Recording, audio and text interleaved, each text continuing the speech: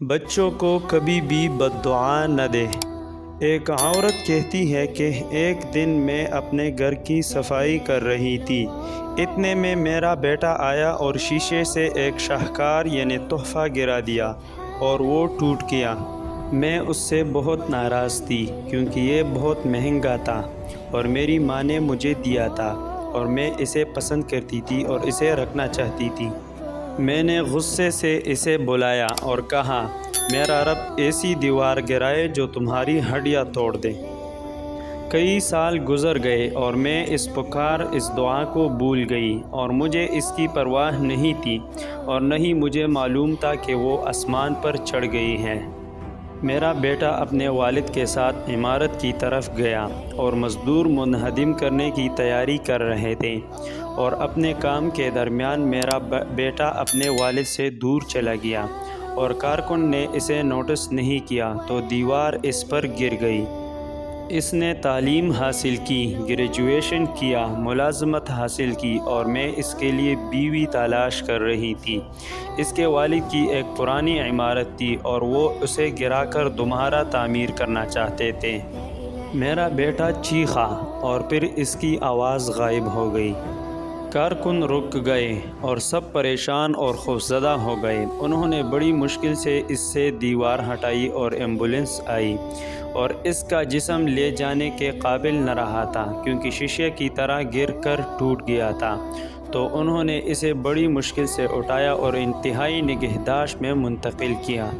اور جب اس کے والد نے مجھے خبر کی تو میں بے ہوش ہو گئی اور جب مجھے ہوش آیا تو گویا اللہ تعالیٰ نے میری آنکھوں کے سامنے وہ گھڑی بحال کر دی ہو جس میں نے بچپن میں کئی سال پہلے اس کے لیے بددعا کی تھی، اور مجھے وہ بددعا یاد آ گئی اور میں روتی رہی یہاں تک کہ میں دوبارہ ہوش کو بیٹھی۔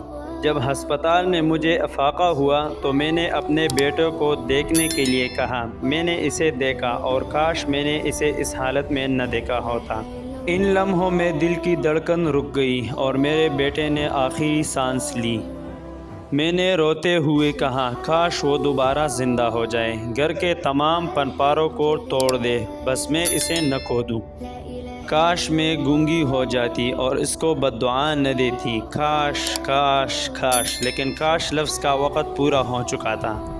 ایک شخص عبداللہ ابن مبارک رحمہ اللہ کے پاس اپنے بیٹے کی نافرمانی کی شکایت کرنے آیا۔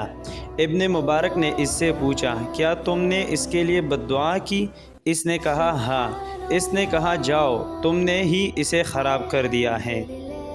اپنے بچوں کو غصے میں بددعا کرنے میں جلدی نہ کرے۔ شیطان مردود سے اللہ کی پناہ مانگے۔ اپنی زبانوں سے وعدہ کرے کہ وہ اپنے بچوں کے لیے کامیابی اور رہنمائی کے لیے دعا کرے، ان کو بددعا نہ دے۔ اسی طرح ایک قصہ امام کعبہ الشیخ السدیس کے بارے میں بہت مشہور ہے کہ ایک بار اس کی ماں آٹا پیس رہی تھی کہ الشیخ السدیس نے اس کے آٹے میں ریت ملا دیا تو اس کی ماں نے اسے کہا کہ اے سدیس، اللہ تمہیں امام کعبہ بنائے، اور مستقبل میں وہ امام کعبہ بن گئے۔